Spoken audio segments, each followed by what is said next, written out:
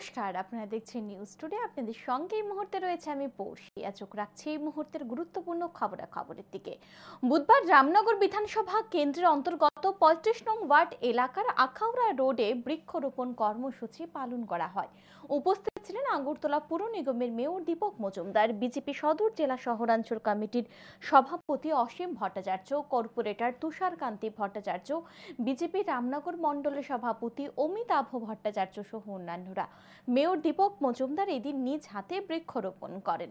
সাংবাদিকদের মুখোমুখি হয়ে মেয়র দীপক মজুমদার বলেন, বর্তমান এবং ভবিষ্যৎ প্রজন্মের জন্য একটি সবুজ বিশ্ব রেখে যেতে হলে বৃক্ষরোপণ কর্মসূচির আয়োজন করতে হবে।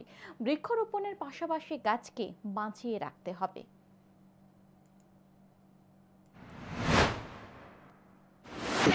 বিজেপির পক্ষ থেকে সারা রাজ্যব্যাপী বৃক্ষরোপণ অনুষ্ঠান আয়োজন করা হয়েছে।